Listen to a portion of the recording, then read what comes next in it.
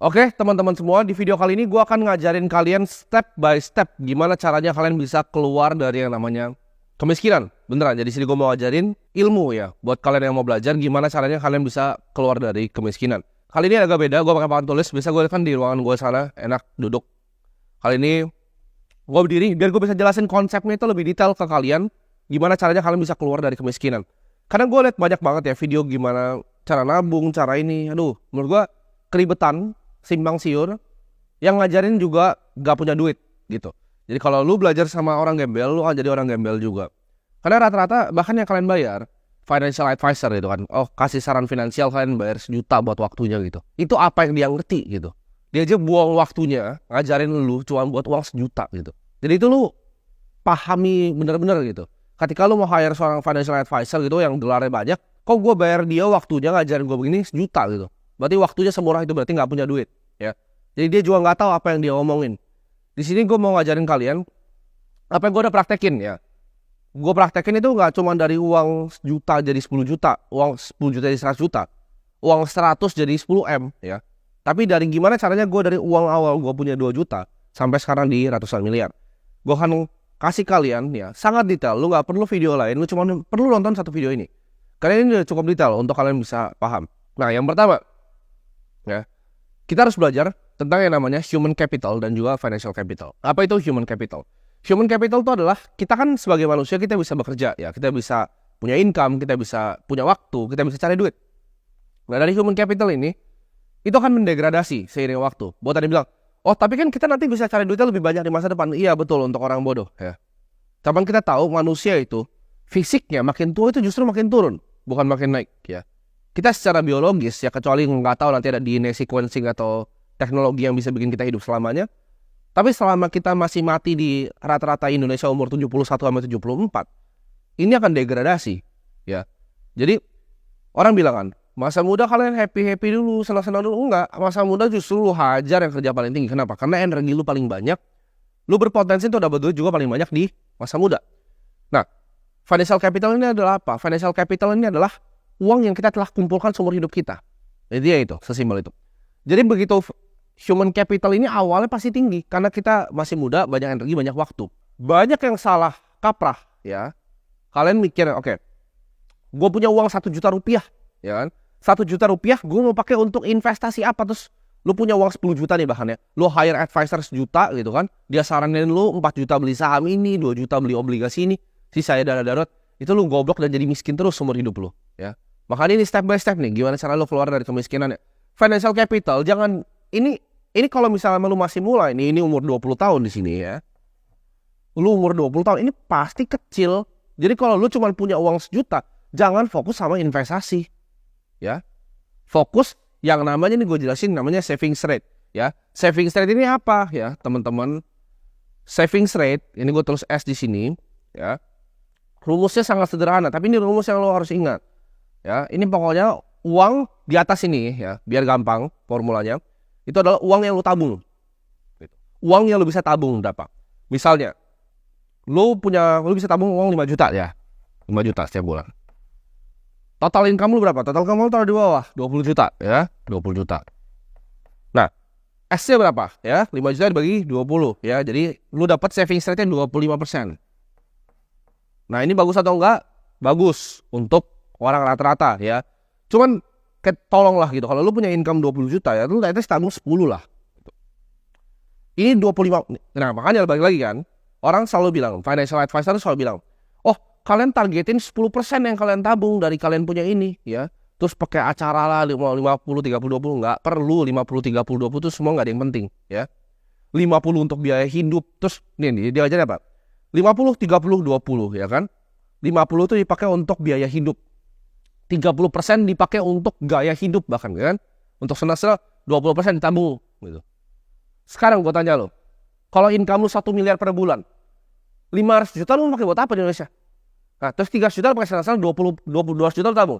Itu formula orang tolol, makanya miskin semua yang ngajarin itu. Gak bisa gitu, gak bisa pakai begitu cara mikirnya ya. Kita akan pakai namanya nanti spending cap. Jadi spendingnya yang kita cap. Karena kan ini rumus di atas ini adalah total pendapatan kita dikurang total pengeluaran kita. Dapat kita 5 juta di sini ya. Jadi kalian paham angkanya 25% ini. Ini penting. Kalau orang ngajarinnya 20%, 15%, gue ngajarinnya 80 ya. Ini angkanya, sweet spot nih. Ya, Pareto 80-20. 80%. Bare minimum. Lu kalau mau dengerin omongan gue mau jadi kaya, bare minimum. Kenapa? Karena begitu human capital kita lagi tinggi, kita harus tembak semuanya ke bawah. Biar financial capital kita ketemu ini. Nah, ini rata-rata di Indonesia atau di dunia itu di angka 65 ketemu. Ketika titik ini ketemu, ya, lu pensiun. Financial capital lu bisa nggak support semua biaya hidup lu. Dan lu nggak usah pernah kerja lagi karena human capital lu nih di umur 74 nih mati nih, degradasi di sini. Lu udah koit gitu. Ini cepat-cepat naikin ke 80%. Mumpung lu masih bisa kerja, mumpung lu masih bisa bikin duit. Jadi, kalau misalnya uang lu 10 juta, yang lu investasikan berapa? 8 juta. Terus, oh tapi gue biaya hidup gini. Lu kebanyakan gaya. Ya, gue kasih tau lu kebanyakan gaya. Gue masih naik ya mobil Ford Fiesta. Rekening gue isinya miliaran, bos. Ya. Orang kayak anak-anak seumuran gue itu umur 18 tahun, ya 19 tahun. Itu pasti udah aneh-aneh langsung ganti. Ya. Gue bahkan beli Audi aja mobil gue itu di saat aset gue udah berlebih, ya. Bahkan di saat aset gue udah hampir puluhan miliar, gue baru beli Porsche Cayman gitu. Jadi gue nggak tiba-tiba langsung beli barang. Ya. Mungkin banyak yang kira gue spendingnya banyak. Kenapa? Karena gue udah nyampe di sini, bos. Terserah gue mau spending apa juga uang gue udah nggak bisa habis gitu. Gue udah bisa pensiun bahkan. Ya, gue nggak usah bikin video-video gini ngajarin anak kayak kalian gitu. Gak penting buat gue. Kita balik lagi. 80% ini capnya ya. Terserah lu mau dengerin atau enggak. Cuma lu percaya gue, angkanya itu sweet spotnya 80.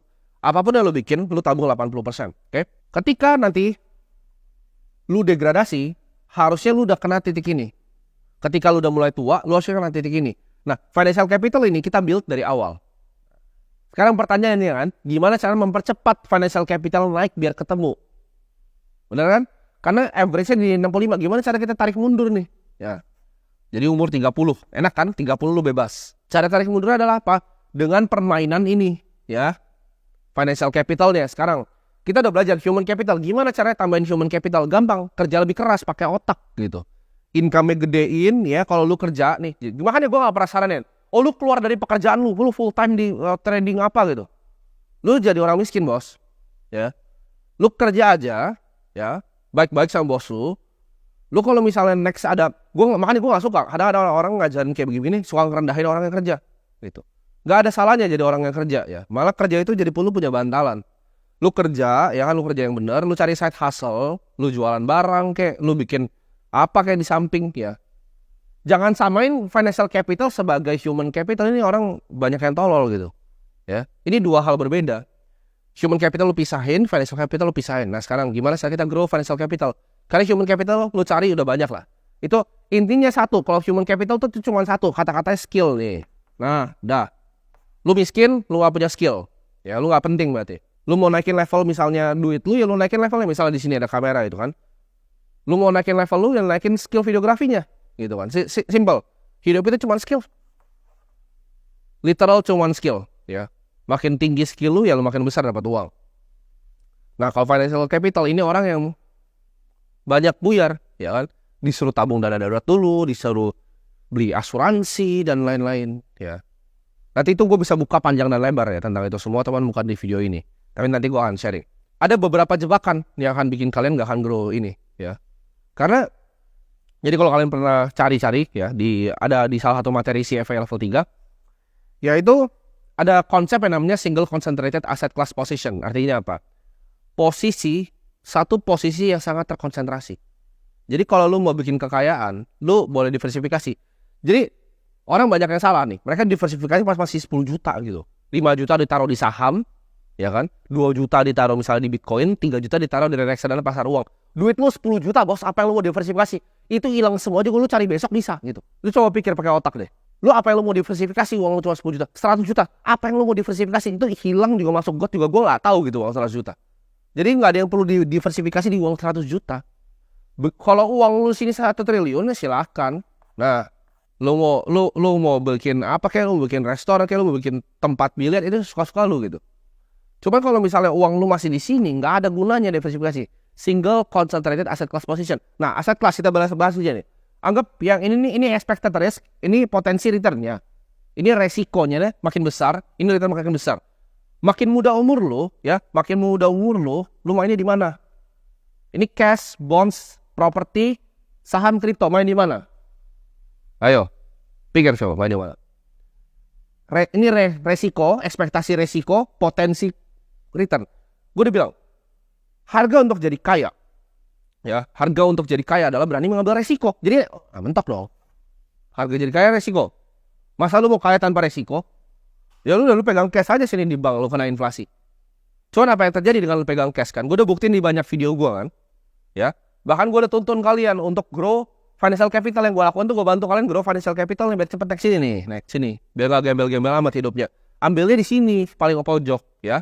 Single concentrated di sini. Semua dari sini lu tembak sini, ya. Jangan mikir kebanyakan. Gue udah kasih blueprintnya nih, game plannya. Lu mau keluar dari kemiskinan lu ngikutinin, pasti keluar lu dari kemiskinan.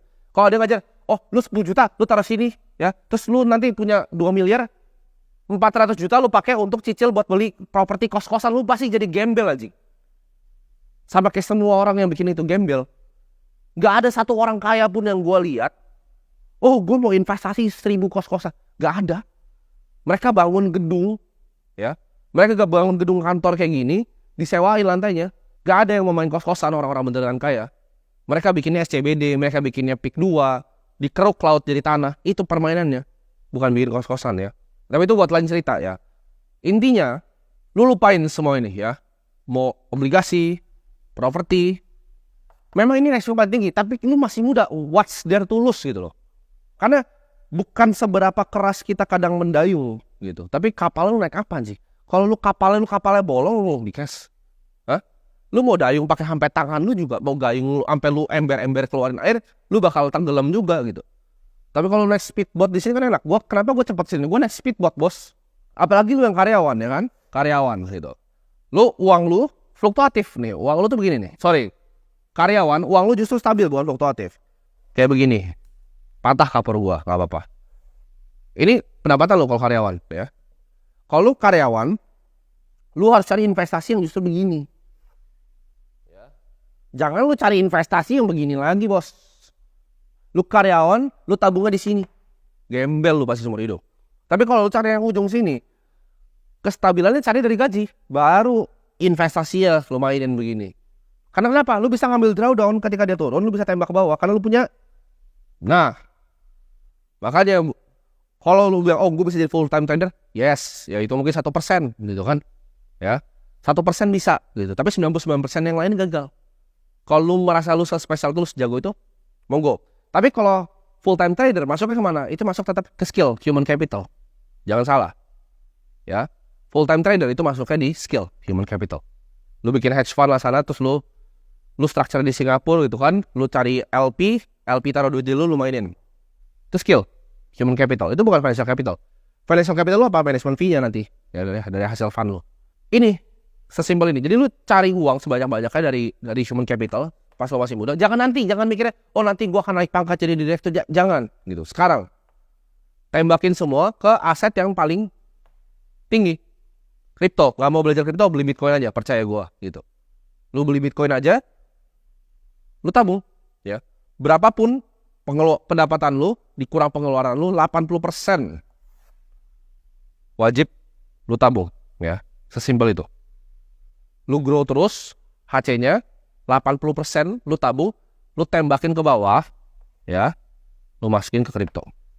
Itu cara lu keluar dari kemiskinan dalam waktu 5-10 tahun. Lu save video ini, lu gak usah dengerin yang lain, financial advisor, gak ada yang punya duit. Ya, gak usah dengerin yang lain, tonton satu video ini, simple ini gue jelasin, bener-bener kayak gue ngejelasin anak SD, gitu. Tadi sebelumnya sebenarnya gue bikin video yang kayak gini, cuman gue banyak pakai yang lebih ribet gitu.